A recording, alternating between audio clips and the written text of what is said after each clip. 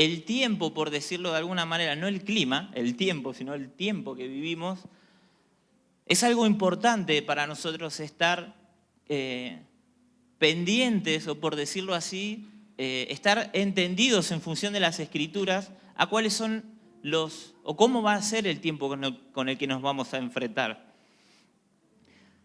Porque si el tiempo que estamos viviendo no podemos describirlo, quiere decir que estamos viviendo en una burbuja y no podemos ver a nuestro alrededor lo que acontece. No les estoy pidiendo una respuesta obviamente profética, aunque, ¿por qué no? Pero en función de lo que nos toca vivir hoy, si hiciéramos una lectura bastante simple a nuestro alrededor, creo que todos podríamos llegar un poco a la misma conclusión y podríamos ir a un pasaje escritural que nos puede definir con lujo de detalle cuáles son los días que estamos viviendo y cuáles serán los días que vendrán en el futuro lejano y en el futuro cercano también.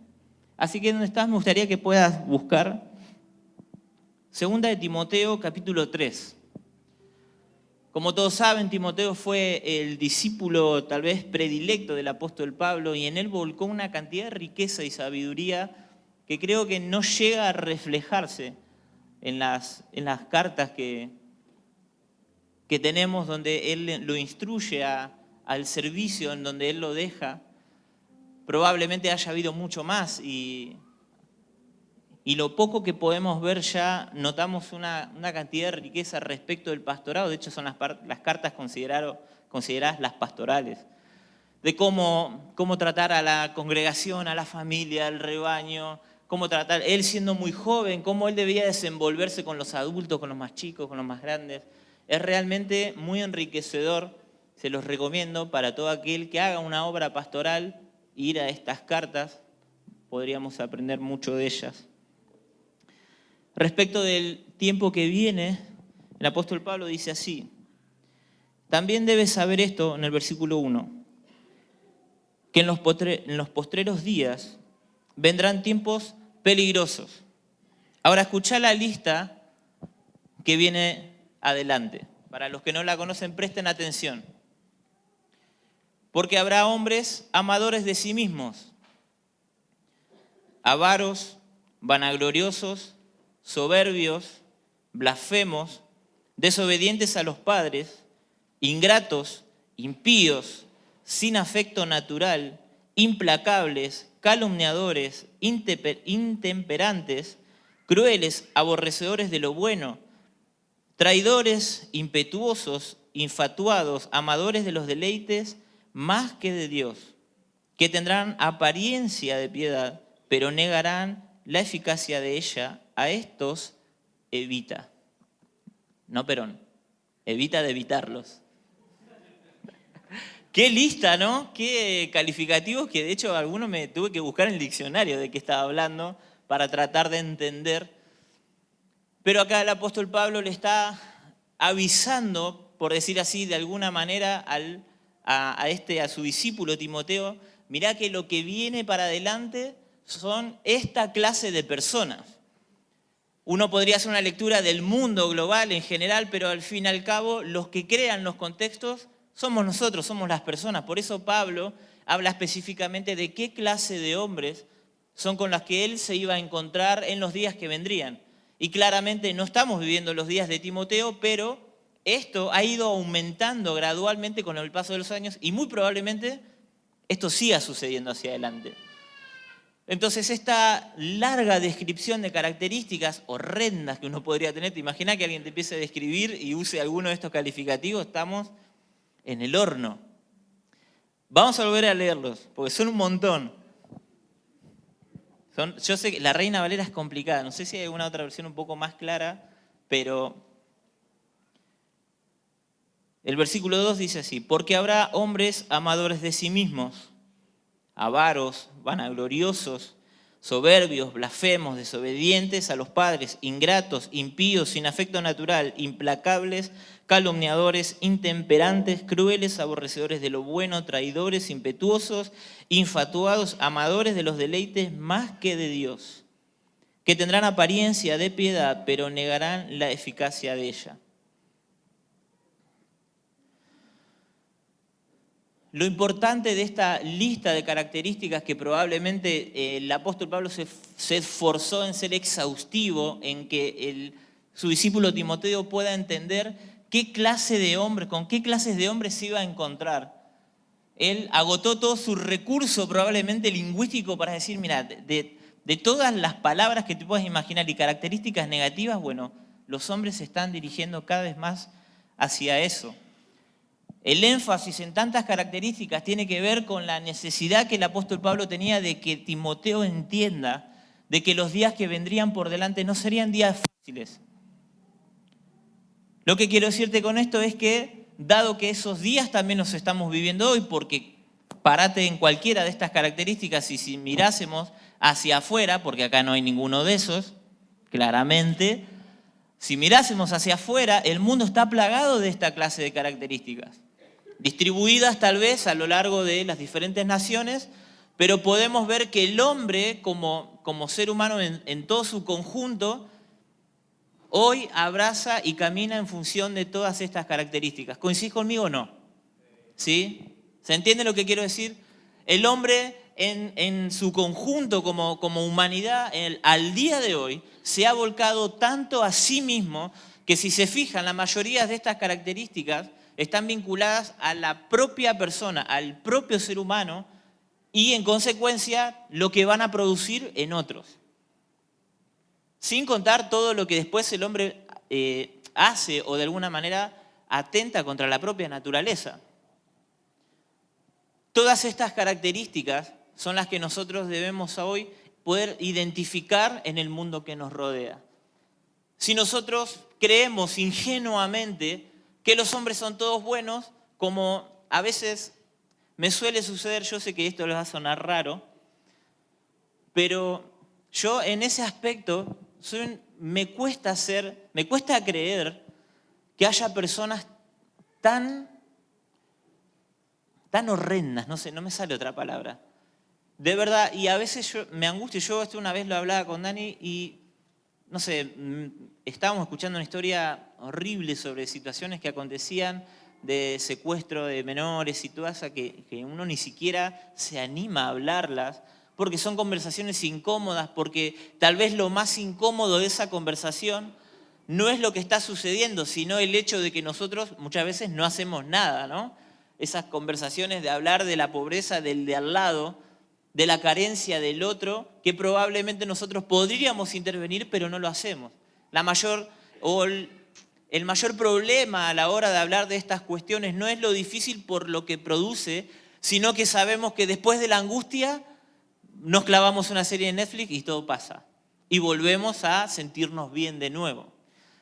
Cuando hablaba con ella sobre estas situaciones, yo le decía, amor, la verdad que a mí me cuesta mucho pensar que alguien puede llegar a tal nivel de maldad, de corrupción, de perversión, como sentarse. Yo siempre digo que yo no soy conspiromanoico, que no veo una conspiración en todos lados, pero claramente todo lo que vemos, o mucho de lo que sucede, no es inocente.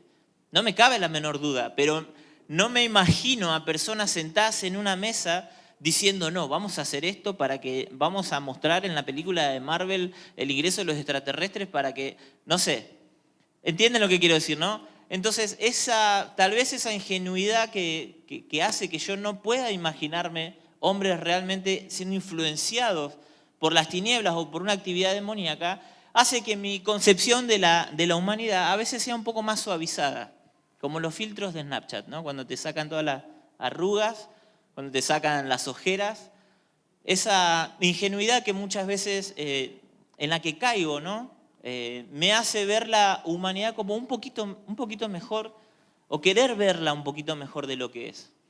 Y me di cuenta con el paso de los años que esa manera de ver las cosas también fue un problema para mí. Porque en función del contexto que nosotros tenemos, y ahora es cuando nosotros tenemos que entender que como hijos de Dios no podemos vivir ignorando todo lo que sucede, tener una lectura o hacer una lectura tan buenista de la humanidad hace que uno, o que por lo menos yo, no me haya preparado para eso. A lo que voy con todo esto, con la historia de Timoteo y Pablo, es lo que el apóstol le está diciendo a Timoteo justamente es prepárate, porque los días que vienen son de esta clase de personas. Entonces, haciendo una lectura rápida de nuestro entorno, nuestro contexto y nuestra época, mirá lo que tenés al lado con seriedad y decirle, ¿te preparaste para estos días? ¿O estás listo para los días que estás viviendo? O si miramos hacia el futuro, ¿estás listo? ¿Te estás preparando para eso que va a venir? Empezaste hace muchos años, te conozco en el camino del Señor ya hace mucho.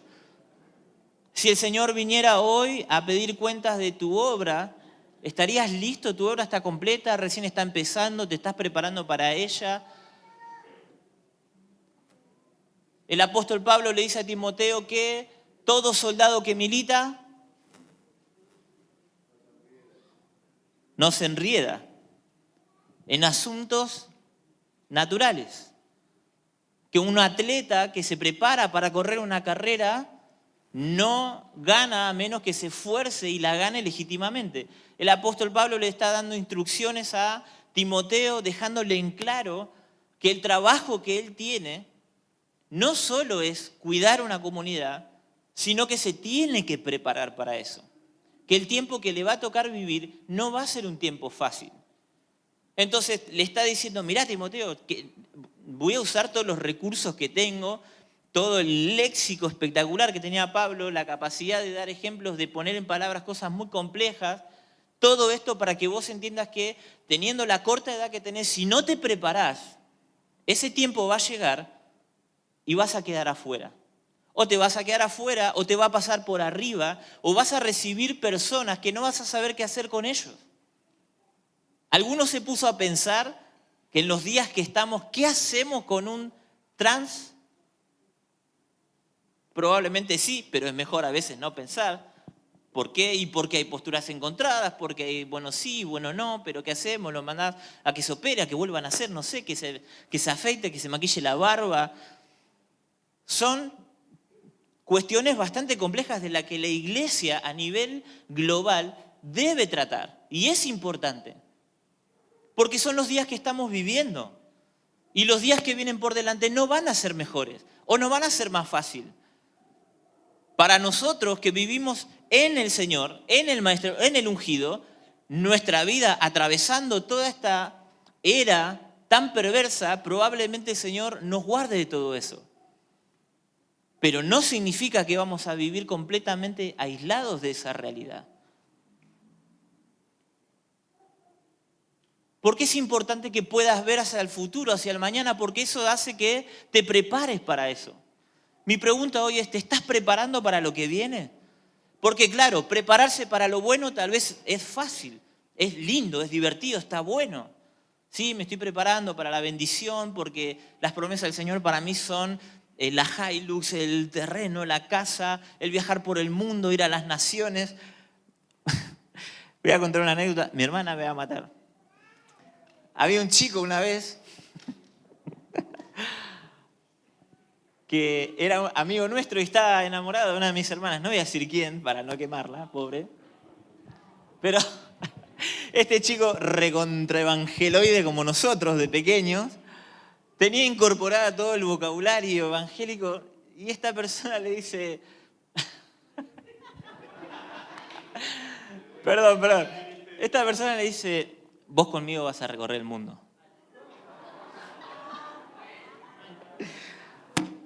Porque el Señor me llamó a las naciones. Tremendo.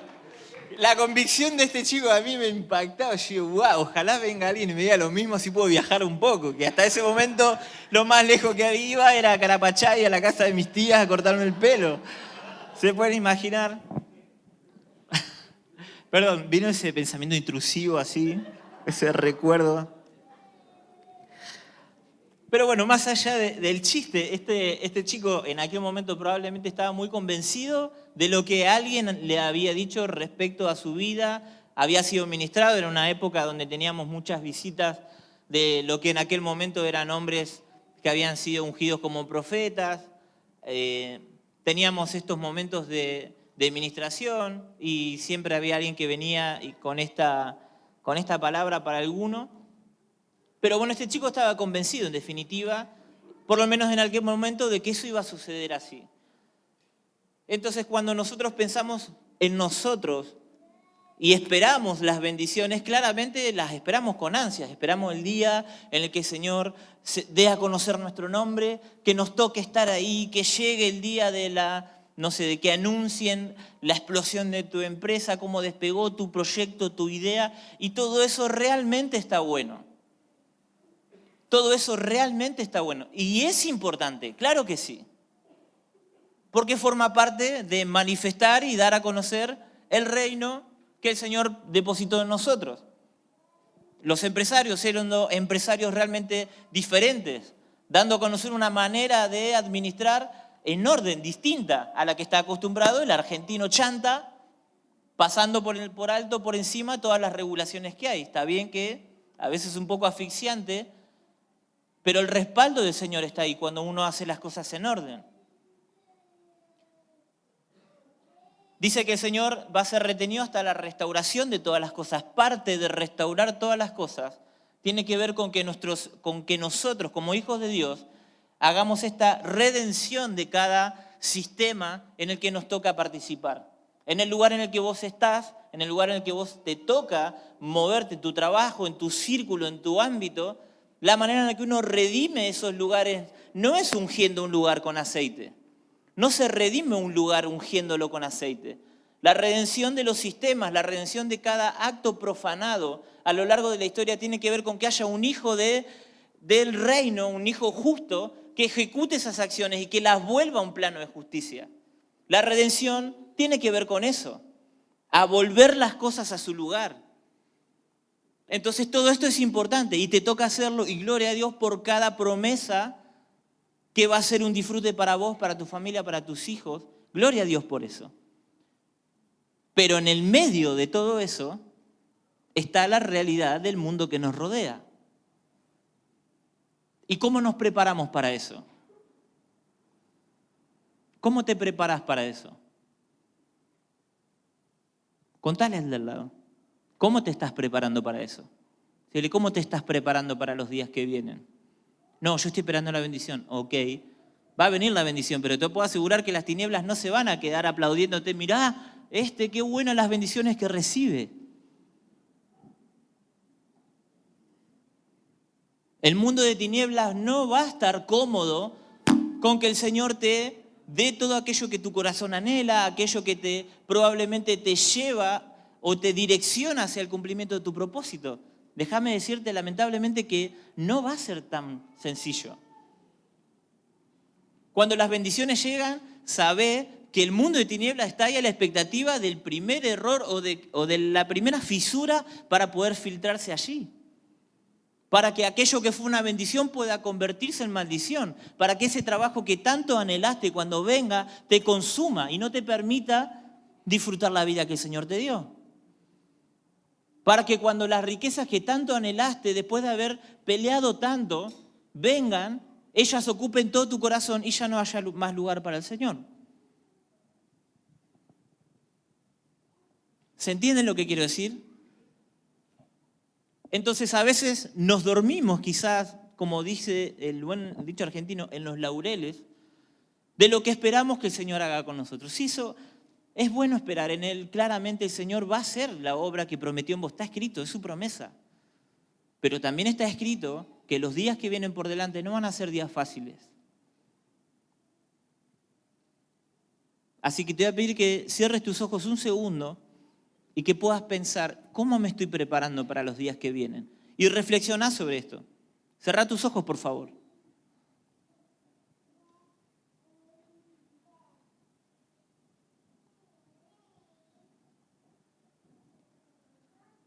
En este momento introspectivo, es decir, ¿cómo me estoy preparando para lo que viene? ¿Cómo estoy preparando a mis hijos, a mi familia? ¿Cómo estoy preparando el guardar los mandamientos del Señor en mi casa? ¿Cómo estoy preparando el corazón de mis hijos para los días que vienen? Porque con lo que se van a encontrar va a ser cosas con las que vos todavía ni siquiera lidiaste. Pero estamos esperando las bendiciones, Ned. Van a venir, sin lugar a duda. El Señor es bueno. Pero no podemos ignorar que hay una batalla alrededor nuestro. Abrí tus ojos. Sabes que hay un hombre que me gusta mucho escuchar, se llama, es español, iba a decir gallego, pero no voy a decir, se llama Félix Ortiz. Él una vez dio un ejemplo respecto a la iglesia en términos generales. Y me impactó tanto lo que dijo que me quedé pensando durante meses sobre esta frase. Él fue un hombre que dijo que la iglesia estaba muriendo. Se pueden imaginar, lo querían crucificar, hasta que alguien tuvo la posibilidad, alguien cercano, de entrevistarlo y pedirle que desarrollara esta idea de bueno, a ver, ¿qué querés decir con esto? Dice, bueno, sí, ya que me das el lugar, a diferencia de todo el resto, que lo único que hizo fue quedarse con este titular, Félix Ortiz dijo que la iglesia iba a morir. Él comienza a explicar y él entiende, él es bautista, él entiende la iglesia de dos maneras. Lo que ellos explican como la iglesia o el sistema eclesiástico podría ser tranquilamente esta estructura, nosotros, esta comunidad. Y después está lo que él llama como el cuerpo místico de Cristo, ¿no? Dice, y esa iglesia que es el cuerpo místico de Cristo, que es todos aquellos a quienes el Señor añade, aquellos que habrían de ser salvos, no son todos. Déjame decirte que la iglesia y ese cuerpo del ungido no son todos, no es todo aquel que congrega cada sábado, sino son aquellos que iban a ser salvos. Dice que el Señor añadía a estos, a los escogidos. Es una palabra difícil que el maestro diga, es difícil de asimilar, que el maestro diga que muchos son los llamados, pero los escogidos pocos. Bueno, la iglesia está constituida por esta clase de personas, por los escogidos. Y ser escogido, lamentablemente, y por duro que suene, es excluyente. Está diciendo que este sí y este no. Por esa clase de personas es que está constituido este cuerpo místico de Cristo, del ungido, la iglesia espiritual, de la cual, este hombre decía, de la cual yo no me preocupo, porque el maestro dijo que las tinieblas que las puertas del Hades no iban a prevalecer contra ella. Por lo tanto, el que sustenta a la iglesia en términos espirituales, esta comunidad de escogidos, es el mismo Mesías. El alma mesiánica, el espíritu del Mesías, es el que sustenta a la iglesia en todo el mundo.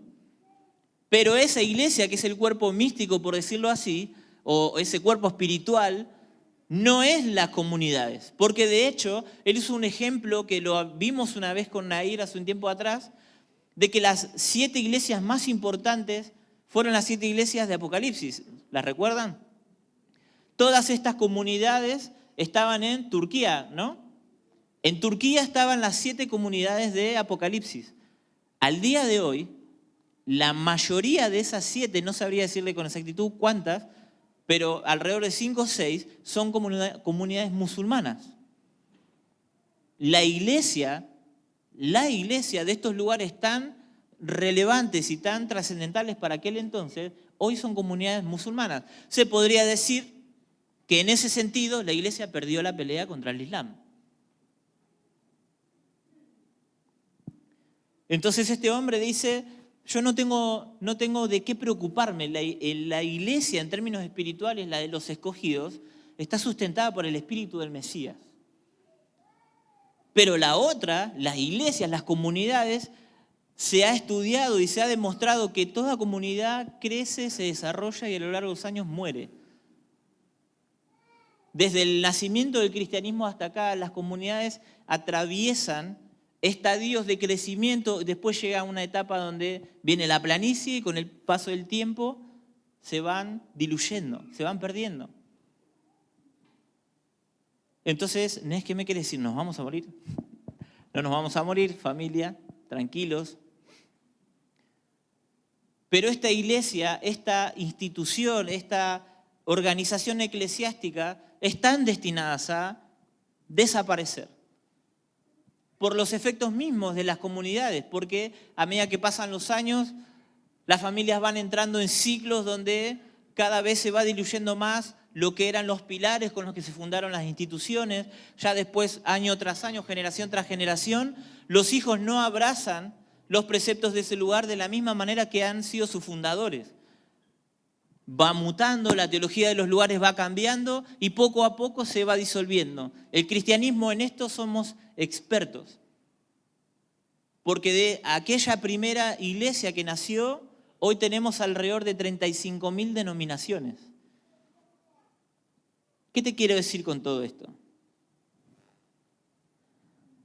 Que nosotros como iglesia, como casa, en términos espirituales puede que tengas al lado un congregante, un feligrés, un hermano en la fe, pero que tal vez no sea parte de este cuerpo místico del ungido. Puede que todavía no haya sido marcado por él, puede que todavía el Señor no lo haya considerado como uno de sus escogidos. Y yo sé que es un mensaje difícil, pero ¿sabes quién fue el primero en ser excluyente a la hora de sumar adeptos a su fe? Fue Yeshua, fue el maestro. Nosotros tenemos un corazón que fue forjado desde el Renacimiento hacia acá. Históricamente hablando, el romanticismo se filtró tanto en la iglesia que los mensajes se han vuelto tan motivadores que nos olvidamos de las palabras del maestro, diciendo que el que no aborrece a su madre y a su padre no puede ser mi discípulo. El que pone las manos en el arado y mira hacia atrás, ese no puede ser mi discípulo. El que no está dispuesto a perder su vida, ese no puede ser mi discípulo. Y yo no te estoy diciendo que vos no podés serlo, te lo está diciendo el mismo Señor. Que antes de recibir esta fe, que consideres qué es lo que vas a hacer, qué tan dispuesto estás. Porque no sea cosa que como un constructor arranque a construir una casa y te quedes a mitad de camino. Y encima seas para vergüenza del resto. El maestro, hablando, siendo como pocos, excluyentes.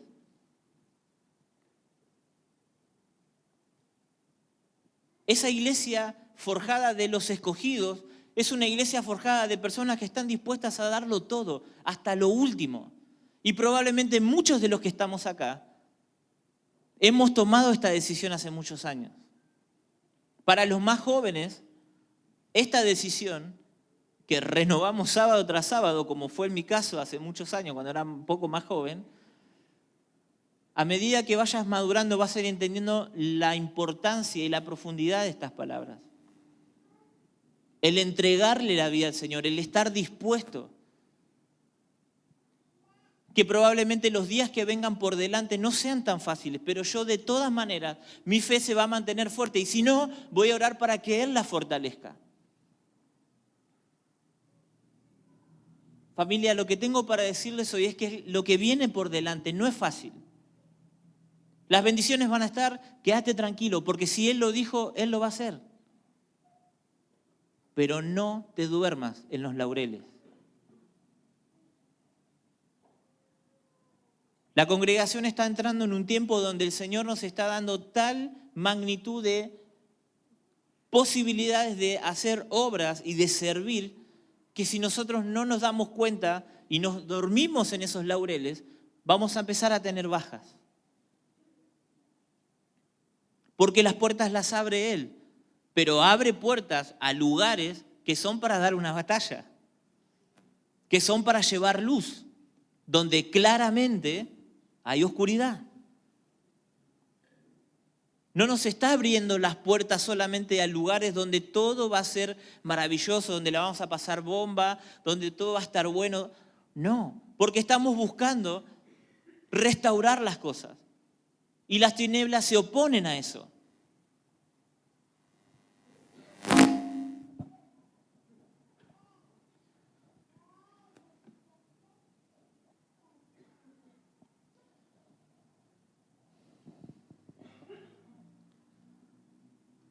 Después del Renacimiento, de lo que se considera la Revolución Francesa y demás hacia adelante, el hombre en términos generales fue volcándose a lo que se considera como el antropocentrismo, como que antes se consideraba la iglesia o consideraba que todo giraba en torno a la figura de un Dios creador.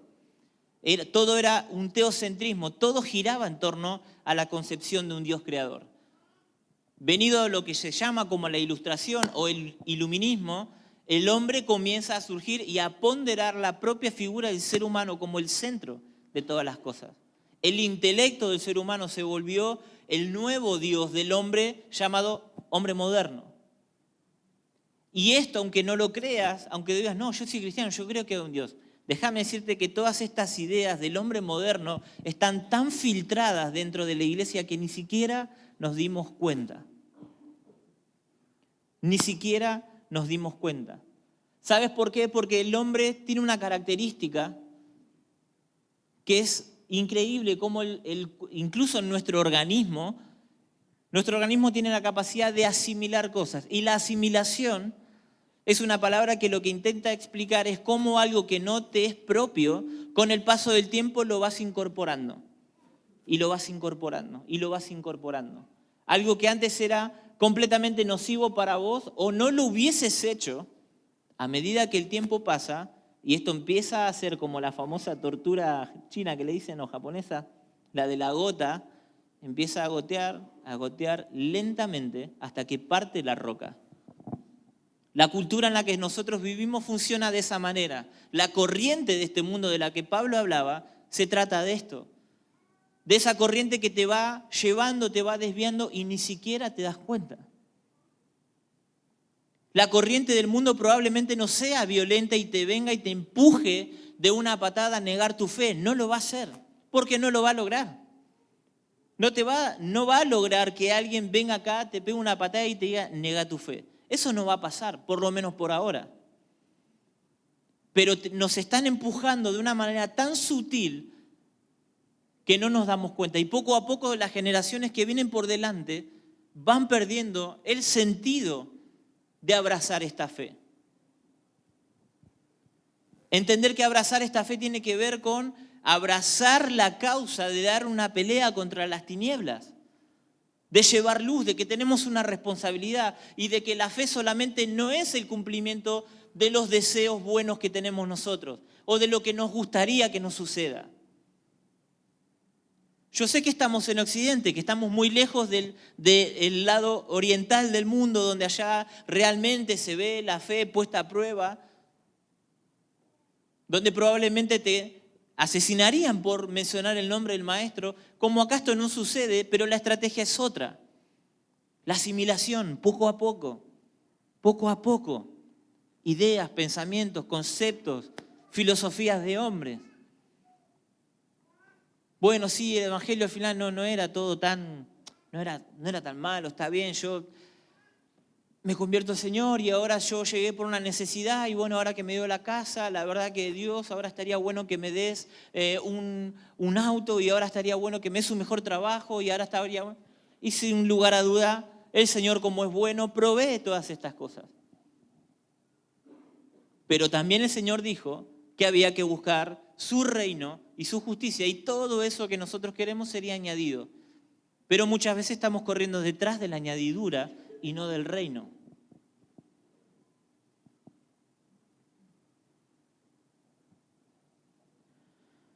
Hay muchos que con el paso de los años, en esta fe, la fuerza, la fortaleza, la convicción fue apagándose. Porque arrancamos con ímpetu, porque arrancamos con la convicción fuerte de que realmente somos de Dios y tenemos una responsabilidad y al lugar en el que vamos no pasa un día o no pasaba un día sin que yo le pidiera al Señor que me dé una palabra para mi compañero de trabajo, para que cuando yo vea su situación no lo ignore como si fuera alguien más, que no lo pase por al lado como quien dice, como alambre caído. Y dado que lo que esperás recibir no llega, eso va golpeando tu fe, golpeando tu fe, golpeando tu fe. Y hoy tenemos entre nosotros personas de muchos años que han perdido el entusiasmo, han perdido la fuerza, han perdido lo que los motivó, lo que los llevó en un principio a ser hombres de Dios, mujeres de Dios. Quizá no de plataformas, pero sí del uno a uno, de la palabra de revelación en el momento para hablar con alguien y pidiéndole en tu interior, Señor, dame una palabra para esta persona para que puedas verte y conocerte. Ahí es donde funcionabas. ¿Cuánto hace que no te pasa algo de eso?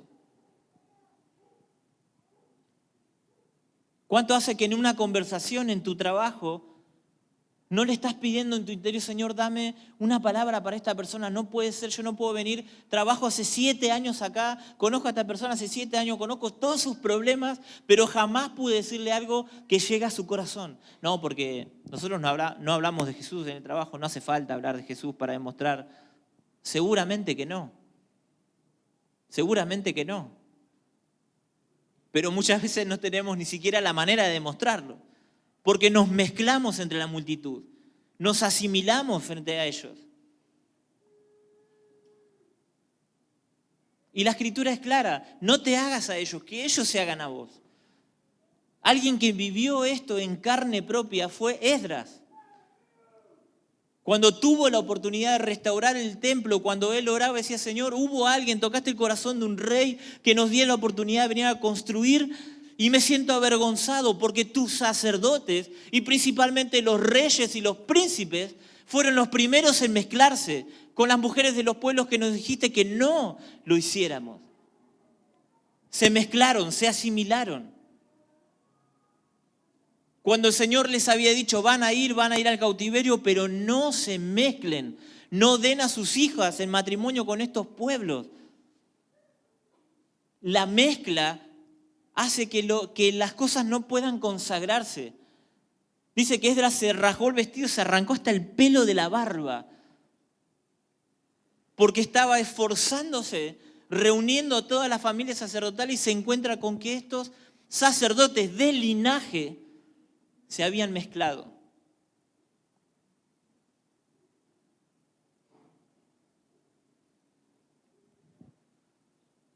Para los días que vienen para adelante y que tenemos por delante que enfrentar como iglesia, como cuerpo, como hijos de Dios, es importante entender que no podemos mezclarnos. Y no te estoy hablando de ponerte de novio con alguien.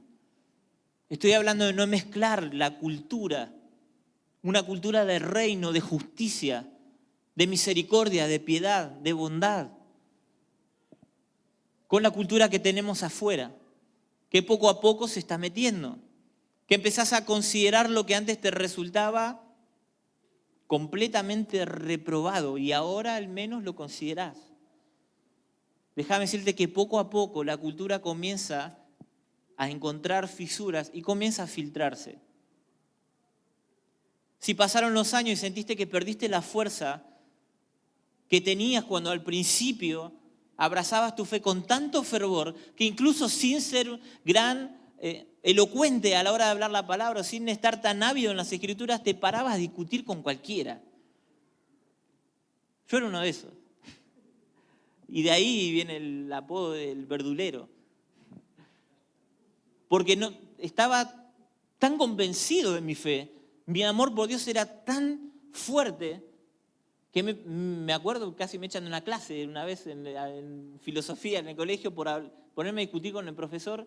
Tenía las peores maneras, las peores formas, era un adolescente, pero estaba convencido, mi fe estaba en él.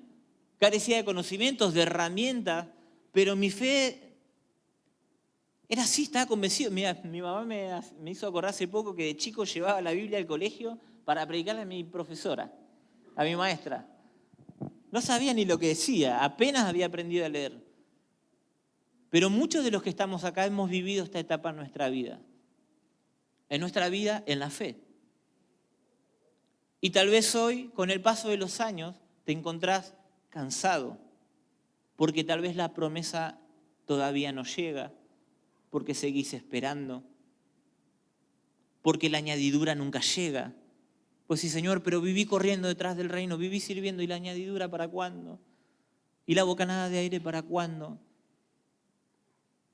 Me gustaría que puedas abrir tu Biblia en Jeremías, capítulo 12.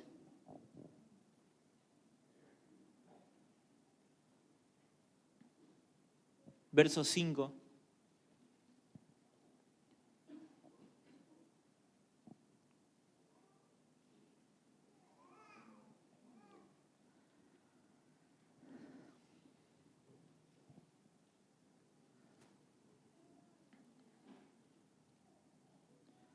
Yo sé que es difícil escuchar mensajes excluyentes, que dejan afuera, o que de alguna manera pareciera que uno se pone selectivo con las personas. Antiguamente yo consideraba esta clase de mensajes como elitistas, como si hubiese un grupo de personas que se creen mejores o que son cristianos 2.0. Pero cuando fui a las Escrituras me encontré que el primero en establecer estas normas, estos patrones para hacerse de su ejército fue nada más y nada menos que el maestro. Y poder entender el porqué hacia el futuro me lleva a esta necesidad de tener que decirte, no te duermas en los laureles. Tenemos mucha obra por delante, tenemos mucho trabajo por delante. El Señor nos bendijo con una cantidad de trabajo que ni te imaginás. Ojalá un día de estos Nair pueda contar todo el trabajo que esta congregación hace y cuánto trabajo hay esperándote, esperándonos. Pero me resulta inevitable, familia, poder advertirte de esto. ¿Estamos entusiasmados? Claro que sí. Nos gusta que nos consideren, que nuestro nombre suene en la boca de gente importante para que nos hagan partícipe de lo que realmente nos pesa, que son las vidas, que son los chicos, que son situaciones difíciles. Todo eso produce en nosotros un nivel de gratitud y de honra al Señor que es inexplicable. Pero no puedo dejar de mencionarte que si no te preparás, que si solamente te dormís en los laureles, el tiempo malo te va a pasar por encima. Los tiempos que llegan sobre nosotros, sobre las comunidades, cuando hablamos de que es un tiempo del Espíritu, de que es un tiempo del Señor, es bueno. De hecho, la tribu de Isaacar dice, Crónicas, que eran expertos en los discernimientos del tiempo para decirle a los reyes lo que debían hacer. Y es extremadamente productivo tener personas con este don, con esta capacidad que es provista por el Espíritu, de darles el entendimiento de los tiempos que vienen para prepararnos.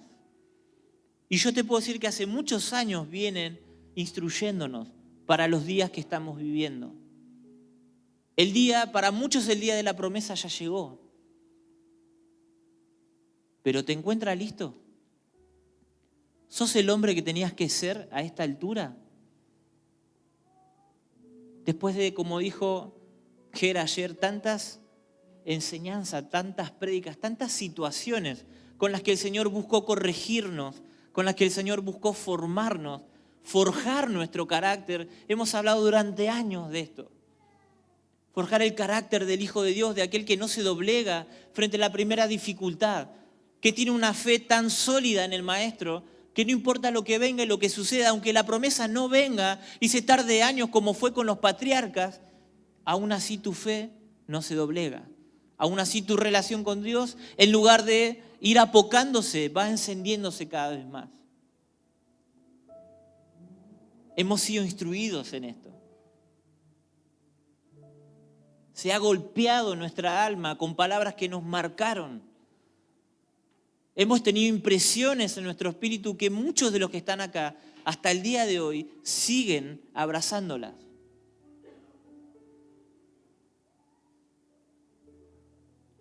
Y mi pregunta vuelve a ser la misma. ¿Sos el hombre que tenías que ser para este tiempo?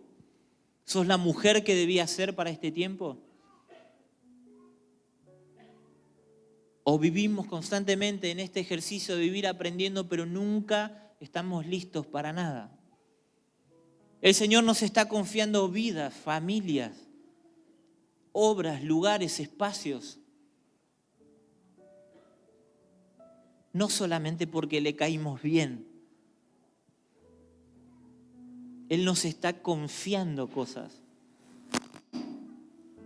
Y eso requiere de nosotros caminar con conciencia, estar listos, dispuestos, con el corazón completamente abierto, ya maduros en nuestras emociones, sanos en nuestro interior. Limpia nuestra lengua. Muchos recordarán el tiempo que vivimos de que no se podía hablar mal de nadie. ¿Recuerdan eso? Los que vienen hace años. Teníamos prohibido hablar mal de alguien. Enseñanzas que nos fueron preparando para el tiempo que estamos viviendo. Para recibir, para cuando llegamos a este lugar y abrimos las puertas, que no sabíamos qué íbamos a hacer cuando empezara a venir gente. Porque éramos raros, éramos medio rebuscados. Y el Señor preparó nuestro corazón para eso. El tiempo de la exposición de muchos está cerca.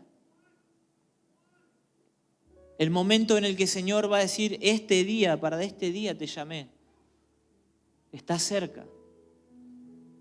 Pero no te estoy hablando solamente de lo que vos esperas que suceda, de lo que te gustaría que pase. Te estoy hablando de los propósitos de Dios, de sus propósitos, de su obra, a la que a veces nosotros queremos que encaje con nuestra expectativa de vida. Señor, yo quiero abrazar tu obra, pero fíjate si la puedes hacer encajar acá, mira. Así, con 2 hijos nada más, porque 3 ya es un número, y si tengo 3 no le voy a poder poner aire a los 3 en la pieza, ¿viste? Pero yo quiero estar ahí en la obra, pero fíjate si lo puedes un poquito, porque estamos acá, de este lado, en Occidente, tampoco para tanto. No, el sacrificio, pará. Tú ya no quieres sacrificios, dijiste.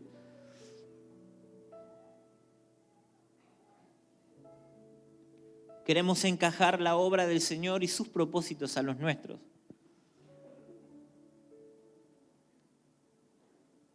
Me encantaría que este sea un mensaje motivador, de verdad, porque me gustaría ser un Claudio María Domínguez y genio del alma, está en vos. Sos vos, el hombre, sos la mujer. Pero si de algo se caracteriza nuestra fe, que es una fe que está cimentada sobre la verdad y en verdades. Si tenés Jeremías capítulo 12, verso 5 ahí, dice así: si corriste con los de a pie y te cansaron, ¿cómo contenderás con los caballos?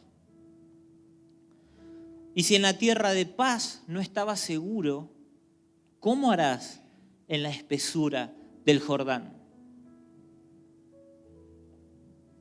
Vamos a leerlo de nuevo. Si corriste con los de a pie y te cansaron, ¿cómo contenderás con los caballos? Y si en la tierra de paz no estabas seguro, ¿cómo harás en la espesura del Jordán? Saben que la palabra acá para espesura en realidad es una palabra que puede significar soberbia, aludiendo a esos lugares en el río Jordán donde la maleza es tan grande que dice que ahí se acumulan bestias, animales, leones, toda esa clase de vida silvestre.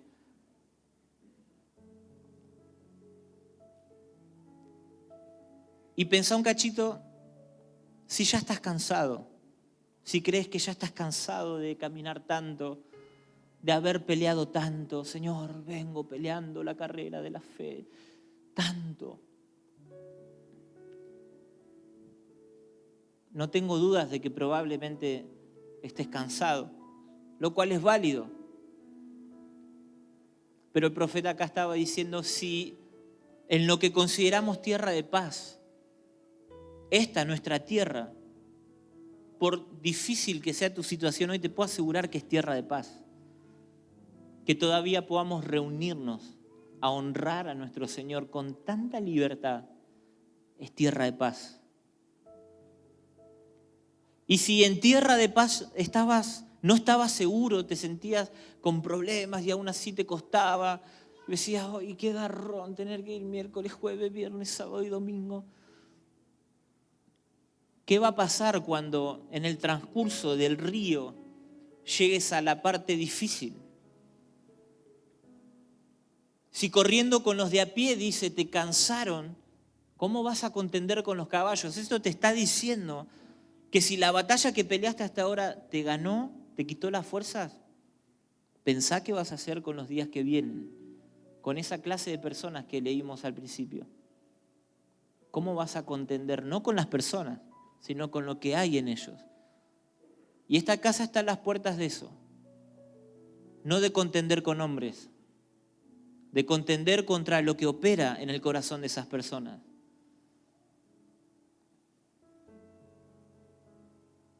¿Estás cansado? ¿Perdiste las fuerzas? ¿Te frustraste? ¿Nunca vino la añadidura? ¿Sabés qué? Hebreos capítulo 11, no lo vamos a leer porque es muy largo, pero empieza a dar una lista de los que son considerados la alfombra roja de la fe. Y empieza a hablar de los patriarcas y de lo que cada uno le tocó vivir. Y acaba diciendo, vamos a buscarlo porque es tremendo.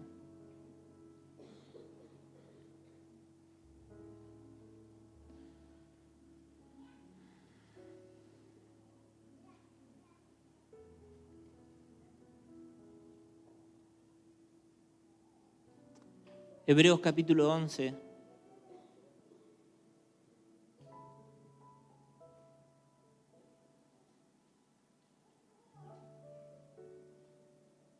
Después de haber hablado de Abraham, de Sara, de Noé, de Abel, de Enoc, en el verso 13 dice, todos estos murieron en fe.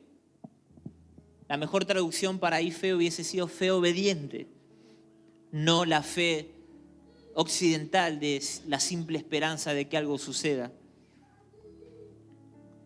Sin haber recibido las promesas, pero habiéndolas visto desde lejos y aceptando con gusto, confesando que eran extranjeros y peregrinos sobre la tierra.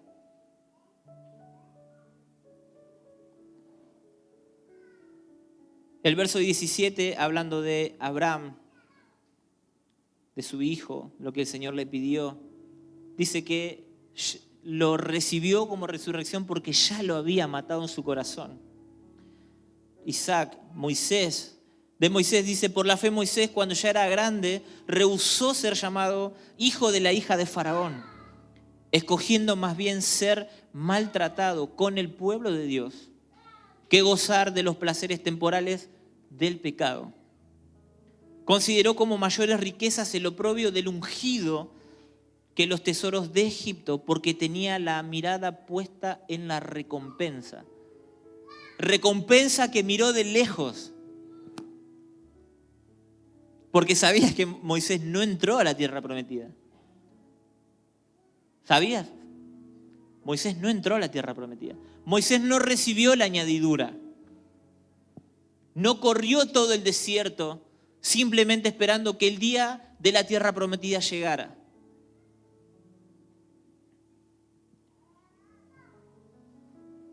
Por la fe, los muros de Jericó, por la fe cayeron los muros de Jericó después de haber sido rodeado por 7 días.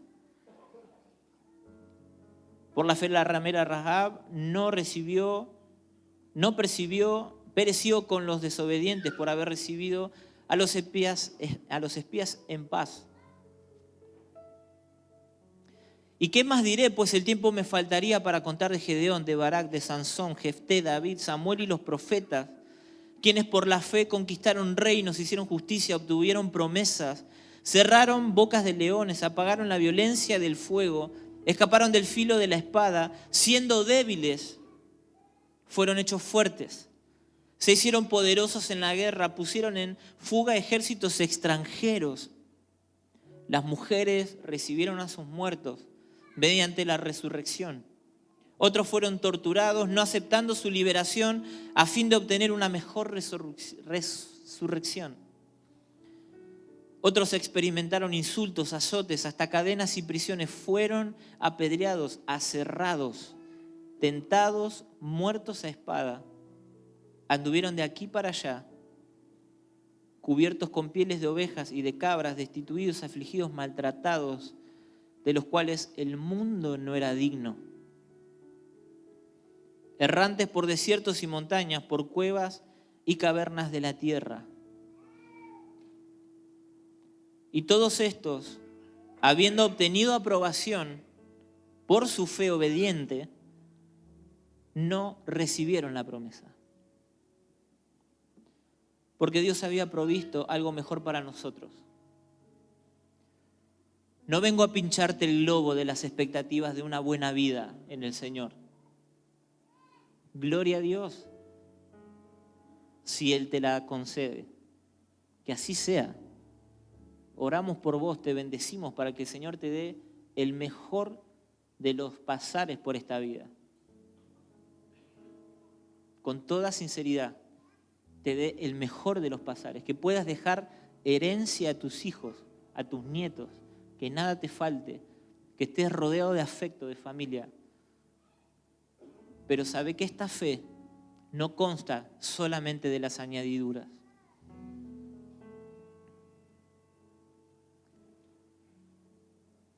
Esta fe está cimentada en el aferro a nuestro Señor.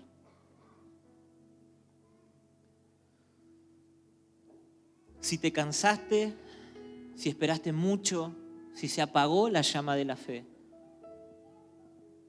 déjame decirte que por delante todavía queda un trecho por el que caminar. La espesura del Jordán todavía no llegó. Es tiempo de volver a recordar los pactos que hicimos con Él. ¿Cuántos alguna vez hicieron un pacto con su Dios? Levanta tu mano.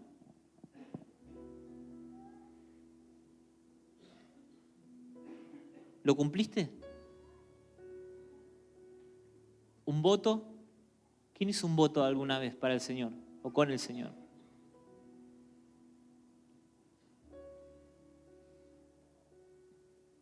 Recuerdo cuando era chico, habían dos canciones que cuando tuve conciencia de lo que realmente decían, yo tuve la oportunidad de ser parte de los músicos de una iglesia pequeña en la ciudad de Grambur, por allá por barrio Primaveral, a partir de los 9 años. Obviamente era malísimo, pero la cosa fue evolucionando, fue creciendo. Y me encantaba estar. Recuerdo que hasta que aprendí y el día que me tocó por primera vez ejecutar el instrumento fue un día que ninguno de los 3 bateristas vino. Había 3. Y yo allá, el pesado, porque yo era re molesto. Yo me sentaba en lo que vendría a ser donde está la batería, al lado del baterista en el rincón, yo tenía un banquito. Por ahí mis hermanas se acuerdan de eso, ¿te acordás? Yo me sentaba al lado, o sea, no me importaba lo que estaba pasando, de verdad. Pero yo estaba así, mirando las manos del baterista, esperando que termine la reunión para casi que no me sentaba arriba porque se levantaba, pero cuando empecé a crecer, recuerdo que hay 2 canciones muy viejas que no sé si Jera las va a conocer las 2. No las voy a cantar porque soy horrible, pero eran 2 canciones que yo prácticamente no me las permitía cantar. ¿Tenés alguna canción que no te animes a cantar? Pensá un cachito. ¿Hay alguna canción que hable de nuestro Señor o de tu relación con Él o de nuestra vida en la fe que no te animes a cantar? A mí eso me pasó muy seguido. Y había una canción que cuando era joven entendí lo que decía y cada vez que la cantaban yo no podía abrir la boca. Era una canción que decía: hacemos hoy ante tu altar un compromiso de vivir en santidad. ¿Alguno la conoce? Con manos limpias, corazón puro, para ti. Y el estribillo decía: cuidaré mis ojos, cuidaré mis manos, cuidaré mi corazón. de todo lo malo. No te quiero fallar jamás. Y en mi adolescencia, preso de las pasiones juveniles, no podía cantarla. Había tenido experiencias con Él tan profundas, tan fuertes, que realmente ese era mi deseo. Pero necesitaba reafirmar mi compromiso con Él sábado tras sábado. Sábado tras sábado. Y cuando esta canción aparecía, no tenía temor de que algo malo me pasara. Tenía miedo de volver a decirle que me comprometía con Él a una vida de santidad y no poder sostenerlo.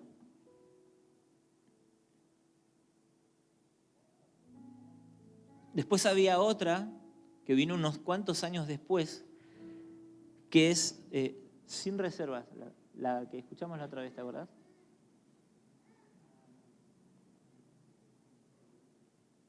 No, la que escuchamos en la oración. Ajá. Gera, ahí se la acuerda, no sé si la podés tocar un cachito. ¿No? Ah, bueno. Y esta canción dice esa. Yo lo haré, te obedeceré, sin reservas ni condiciones, te serviré.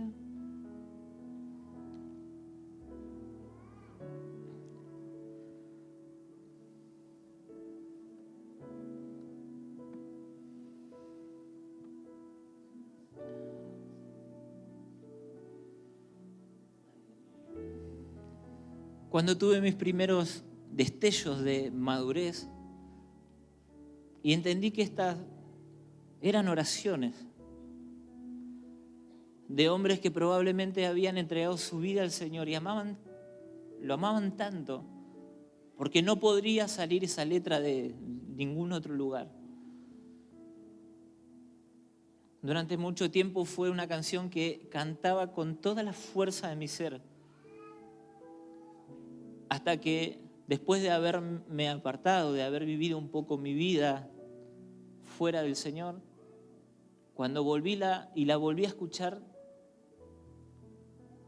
fue tan grande el dolor.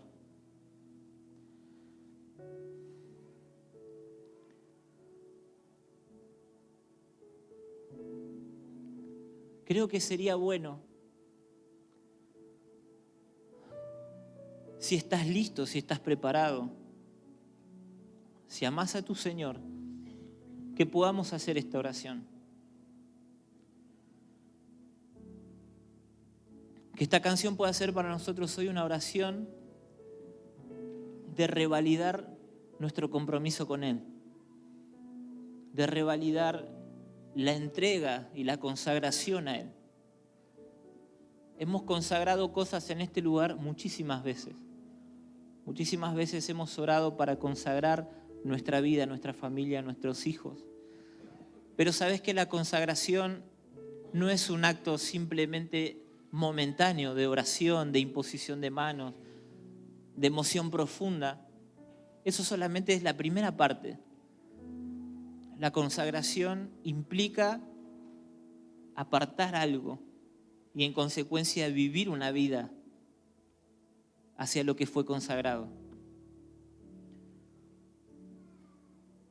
Los días que vienen por delante, familia, no son fáciles. Y no vamos a poder atravesarlos y mantener nuestra fe intacta si nuestra fe, nuestra vida y nuestro interior no está consagrado a Él. Así que donde estás, te voy a pedir que cierres tus ojos y que puedas cantar esta canción como una oración.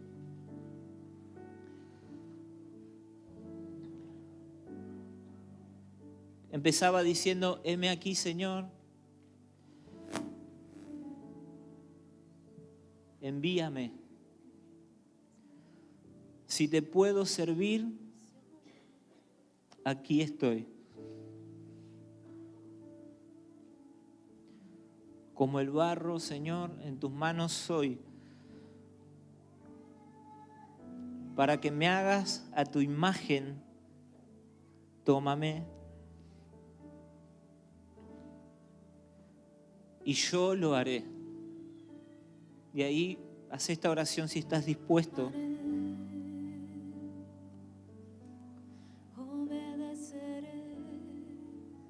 Si te gustaría hoy revalidar tu pacto con Él, tu compromiso de una vida entregada y una vida consagrada a Él, ponete de pie y hace esta oración con nosotros.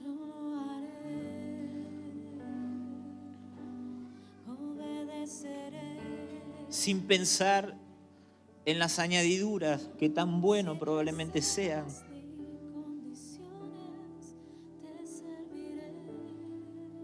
Pero pensalo un segundo. O al menos expresalo como un deseo.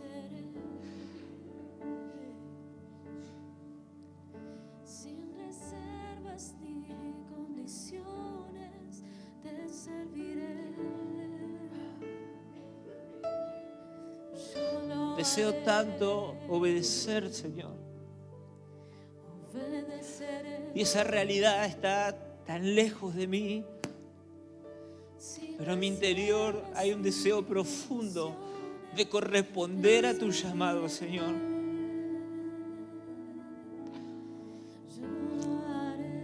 Cuando vos te acercás, de repente pareciera que tengo la fuerza para conquistar lo que sea, para darle pelea a lo que sea, para ir detrás de las obras que sea que vos pongas delante mío, Señor. Pero cuando la realidad llega, soy tan débil. Revalida tu pacto con tu Señor. Si hace años que perdiste el foco, la fuerza, si la llama de tu fe se apagó,